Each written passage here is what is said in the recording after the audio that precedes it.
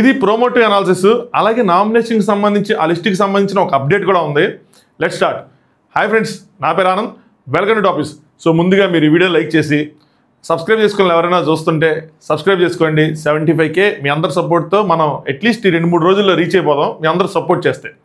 సరే, first update ఏంటి చెప్తాను. ఏంటిదంటే ఏం లేదు, నామినేషన్స్లో ఇమాన్యుల్ కూడా ఉన్నాడు. అదే ఎలా మిస్ అయ్యాడా ఇంత తూచి ఎవరు చేయరు కదా అనుకున్నా. మరి ఏంటి ఎలా మిస్ చేయబడి అనుకున్నా కానీ, బట్ ఒక కళ్యాణ్ తప్పితే అందరూ నామినేషన్స్లో ఉన్నారు. సో ఇప్పుడు fair and square, only Kalyan fans ఎవరికైతే ఓట్లు గుద్దుతారో, ఏదైతే వాళ్ళు ఎవరైతే ఎలిమినేట్ చేద్దాం అనుకుంటారో వాళ్ళు ఎలిమినేట్ చేయొచ్చు అనమాట. ఎక్సెప్ట్ ఇమాన్యుల్ అండ్ తనుజ అని తప్పితే మిగతా వాళ్ళు ఎవరైనా వాళ్ళు టార్గెట్ చేస్తే కనుక ఎలిమినేట్ చేయొచ్చు, వాళ్ళ చేతిలో ఉంటుంది. సో కళ్యాణ్ ఫ్యాన్స్ ఎవరైతే ఉన్నారో మీరు ఎవరికి ఓట్ చేస్తారన్నది ఒక కామెంట్ చేయండి. మన ఓటింగ్ అనాలిసిస్ చెప్పుకుందాం, ఎవరికి ఓట్ చేసే అవకాశం ఉందని చెప్పి. దానికి మీ కామెంట్స్ నాకు ఉపయోగపడతాయి. So being a Kalyan fan మీరు ఎవరికి ఓట్ చేస్తున్నారు అన్నది కామెంట్ చేయండి. మీకైతే ఏ ఆపరేషన్స్ లేవు నాకు తెలుసు. సో రిలాక్స్ అవుతున్నారా లేదా నాకు తెలుసు అంటే నేను అనుకుంటున్నా. మీరు రిలాక్స్ అవుతున్నారా, లేదంటే ఎవరికైనా ఓట్ చేస్తున్నారా, చేస్తే ఎవరికి చేస్తున్నారు అన్న విషయాన్ని కామెంట్ చేయండి. అలాగే సబ్స్క్రైబ్ చేసుకోండి. సో మ్యాటర్ ఏంటంటే, సో రీతు సంజన గారు నామినేట్ చేశారు. 2 విషయాలు మారలా, ఎంత మారినా కూడా. ఒకటి ఏంటంటే రీతు సంజన నామినేట్ చేయటం, రెండోది ఏంటి అంటే డెమోని నామినేట్ చేస్తాం రీతు మధ్యలో రావటం. పేరు వచ్చినా రాపోయినా, లేదంటే డెమోని సపోర్ట్ చేయాలనుకున్నా, ఈవెన్ కారణాలు రైట్ అయినా సరే. సరే, ఫస్ట్ సంజన గారు నామినేట్ చేయడం ఏంది భయ్యా ఇది అని అనిపిస్తుంది నాకు. ఎవరికైనా అనిపించాలి ఏంది ఇది అంటే, అంత జరిగింది కదా, సారీ చెప్పారు కదా, పోనీ సరిగ్గా చెప్పలేదు, ఏదో ఒకటి అయిపోయింది కదా, గేమ్ పాయింట్ ఆఫ్ ఆలోచించాలి కదా. నేను ఇది ఎప్పుడు కరెక్ట్ అనుకుంటాను చెప్తున్నా. ఒకవేళ అప్పటికి బర్నీ అన్న కనుక సంజన గారిని నామినేట్ చేయకపోతే రీతు సంజన నామినేట్ చేస్తే కరెక్టే. ఎందుకు రీజన్స్ ఉన్నాయో లేవన్నది పక్కన పెట్టండి. రీజన్స్ ఎంత తిప్పి మాట్లాడుకున్న అయ్యే రీజన్స్, వీకెండ్ అంతసేపు క్లాస్ పెండ్ అయ్యే రీజన్స్, ఆవిడ బయటికి వెళ్ళి అయ్యే రీజన్స్. ఇప్పుడు ఎంత డబుల్ స్టాండర్డ్స్ ఉంటాయంటే, ఒక పాయింట్ ఆలోచిస్తూ ఉంటే నిన్న వీళ్ళకి చెప్పింది ఇప్పుడు రీతికి కూడా చెప్తా. తను బయటికి నీకు జరిగిందమ్మా, నీకు అన్యాయం జరిగింది, ఇప్పుడు నేను అనేసారి ఇన్ని మాటలు అనేసింది ఆవిడ, సో నీ క్యారెక్టర్ అసాసినేషన్ అయిపోయింది, మరేంది ఇప్పుడు ఆవిడ బయటికి పంపించేద్దామా అని అడిగినప్పుడు, లేదండి ఆవిడ ఇష్టం ఏంటి అని చెప్పి మనం ఆవిడ నుంచేసినప్పుడు మళ్ళీ ఇప్పుడు బయటికి పంపించడానికి నామినేషన్ చేసేది ఏంది? లాజిక్ ఎట్లా మ్యాచ్ అవుతుంది? నీకు అక్కడ ఛాన్స్ ఉన్నప్పుడు ఇప్పుడు కూడా చేస్తుంది, బయటికి వెళ్ళిపోమనే కదా, అదే అప్పుడే పంపించేయచ్చు కదా, నాకు ఈ మనిషి వద్దండి అని. పోనీ అదే అంటున్నా, ఇలా పంపించేయచ్చు, ఇది డబుల్ స్టాండర్డ్. పోనీ ఎప్పుడు అగ్రీ చేస్తానంటే అప్పటికి ఆవిడ నామినేట్ అవ్వలేదు అనుకోండి, బర్నీ అన్న నామినేషన్ చేయలేదు అని అనుకోండి, తను షీల్డ్ చేసుకోవడానికి సేఫ్ గార్డ్ చేసుకుని నామినేట్ చేస్తే okay, at least 50%. Otherwise dumbest nomination ఏది, అంతకన్నా డమ్ ఉండరు ఇంకొకళ్ళు. క్లియర్గా డబల్ స్టాండర్డ్స్. దీని గురించి గట్టిగా ఎన్ని పాయింట్స్ క్లియర్ అయిపోయిన తర్వాత అప్పుడు గట్టిగా మాట్లాడుకుంది, అప్పుడు జడ్జి చేసి చాలా గట్టిగా మాట్లాడుకుంది ఈ పాయింట్స్ మీద. సో చేశారు. నాకైతే మాత్రం అసలు ముందు ఎందుకు చేయాలి అనిపించింది. అంత జరిగిన తర్వాత, డ్రామా జరిగిన తర్వాత ఇంత చేయాల్సిన నెసిటీ ఉంది. సో ఆవిడ అడుగుతాను సింపుల్గా ఏంటంటే, అంటే మీరు ఈవిడ ఏం చెప్తుందంటే నామినేషన్లో, నేను గిల్లాను, సో నన్ను గిలితే 100 సార్లు గిలుతా అంటే కరెక్టా అన్నట్టు సంజన గారు, నాకు నీకేమైనా బిగ్ బాస్ హౌస్కి రాకముందు ఏమైనా పంచాయతీ పగలు ఏమైనా ఉన్నాయా, అలాగే నా వంశవృక్షం దుష్మని ఏమైనా ఉందా అంటే వంశపారంపర్యమైన గొడవలు ఉన్నాయా? ఏమీ లేవు కదా. అంటే రీతు, నేను మాట్లాడింది మీ గేమ్ గురించే మాట్లాడాను, అంతేగాని మీ ఫిజికల్గా ఏమైనా వేరే విషయాలు ఏమైనా మాట్లాడానా అన్నట్టు, ఫిజికల్గా ఇన్ ద సెన్స్ వేరే విషయాలు ఏమైనా మాట్లాడానా అన్నట్టు సంజన గారు ఎనీథింగ్ ఎల్స్ రీతు అది చిరాకు వచ్చింది. ఏంది కొత్త పాయింట్లే నుండి చెప్పు, పాత పాయింట్లే కదా, ఏమి లేవు కదా, రా ఏదో ఒకటి చేయంటే నాట్ లైకింగ్ అంటే okay, I hope it's a big full stop అని చెప్పి ఏమి కొడుతున్నారు. ఇది ఫుల్ స్టాప్ ఎప్పుడు పడిద్ది అంటే ఏదో ఆవిడ వెళ్ళిపోవాలి, లేదంటే ఈవిడ వెళ్ళిపోవాలి, అప్పుడు ఇది ఫుల్ స్టాప్ పడుతుంది. అదర్వైజ్ ఇది పడదు. ఇంకా ఒకళ్ళొకళ్ళు ఖచ్చితంగా నామినేట్ చేసుకుంటారు. ఇప్పుడు సుమన వెళ్ళిపోయి ఈ వారాలు ఇద్దరు ఉన్నా కూడా నామినేట్ చేసుకుంటారు. నాకు తెలిసి ఈ వారం డబుల్ ఎలిమినేషన్ ఉంటుంది అని అనుకుంటున్నా. టికెట్ ఫినాల్ గెలిచింది దాన్ని బట్టి డిసైడ్ అవుతుంది, అప్పుడు మనం మాట్లాడుకుందాం సపరేట్గా దానికోసం. నెక్స్ట్ తనుజ ఇమాన్యుల్, దీని గురించి మాట్లాడదాం మామ. అంటే ఎందుకు అంత ఎమోషనల్గా అయిపోయి అక్కడ ఎమోషనల్గా మాట్లాడేయాల్సిన నెసిటీ ఏముంది? మీ ఇద్దరు బయట మాట్లాడుకోవచ్చు కదా మామూలుగా. కొన్నిసార్లు ఏంటంటే కొన్ని చూసినప్పుడు డ్రామాలు అనిపిస్తూ ఉంటాయి. నాకు డెమో కావటంలో తప్పులేదు అనిపించింది. ఎందుకంటే మీరు నామినేషన్స్ కోసం మాట్లాడుకోవాలి, ఇక్కడే ఎందుకు అంటే నామినేషన్ చేసే ఉద్దేశం లేనప్పుడు, లేదంటే ఆర్గ్యుమెంట్ మనం మాట్లాడుకుంటే అంటే నామినేషన్ చేయాలని ఉద్దేశం ఉంది కానీ మాట్లాడుకుంటే సమస్య తొలగిపోద్ది అనుకున్నప్పుడు విడిగా కూర్చొని మాట్లాడుకోవచ్చు కదా. ఇలాంటి చూసుకుంటే ప్లాన్డ్గా ఏదో చేస్తున్నట్టు అనిపిస్తూ ఉంటాయి.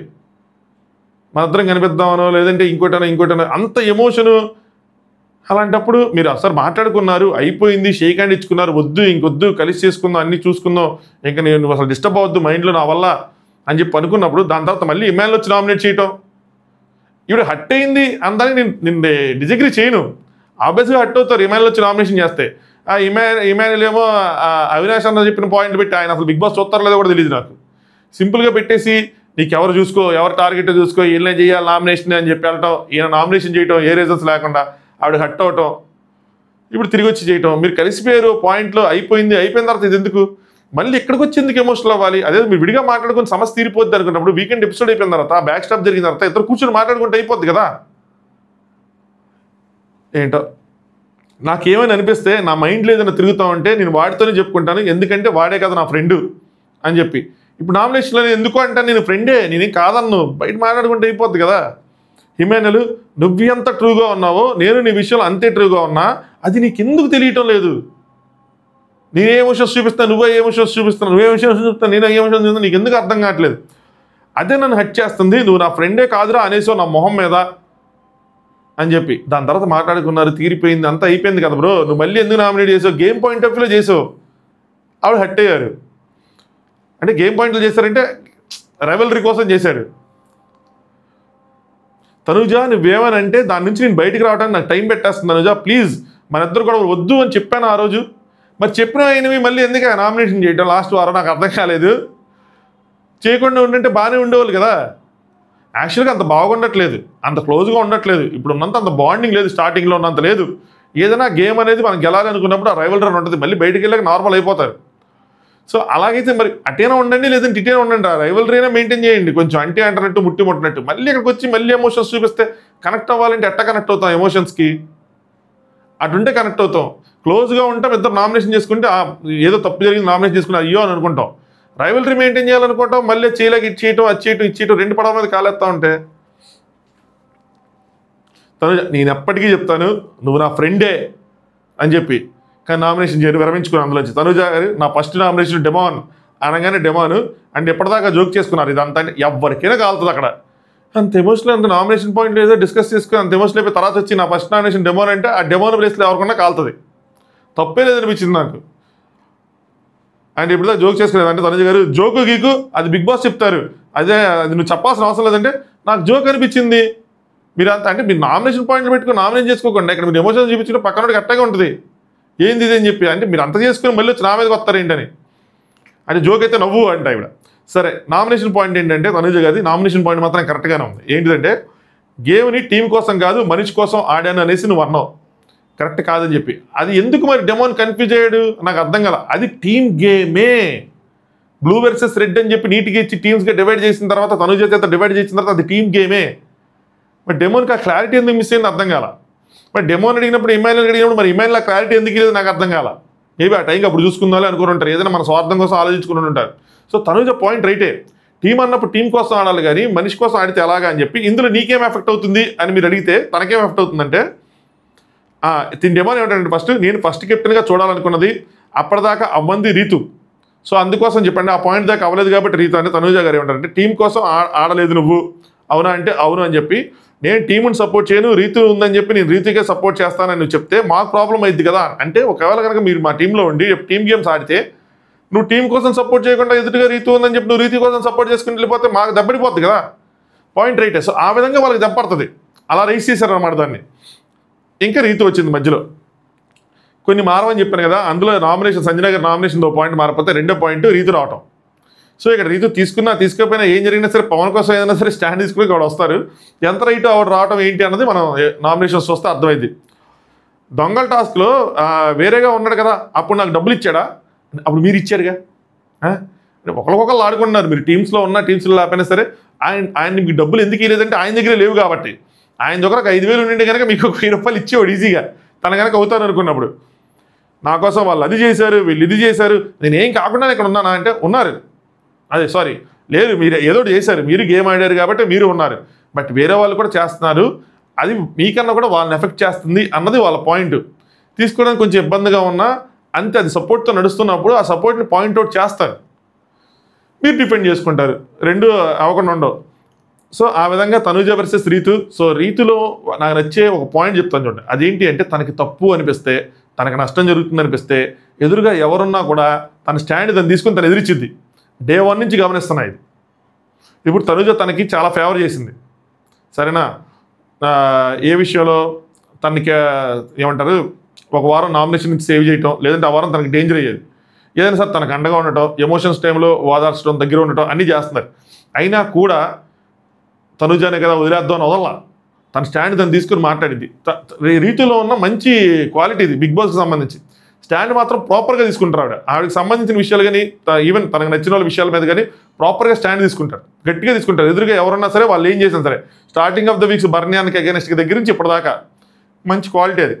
నెక్స్ట్ అలా వెళ్ళి ఆవిడ డెమాన్ నామినేట్ చేశారు. ఎందుకు ఎమ్మాన్యుయల్ మరి ఎవరు చేశారు? ఎమ్మాన్యుయల్ నేను ఫస్ట్ ఆలోచించాను తనుజ గారు చేశారేమో, ఎందుకంటే లాస్ట్ వీక్ చేశారు కదా, బ్యాక్ స్టాప్ పాయింట్ పెట్టారుగా చేశారేమో అనుకున్నా.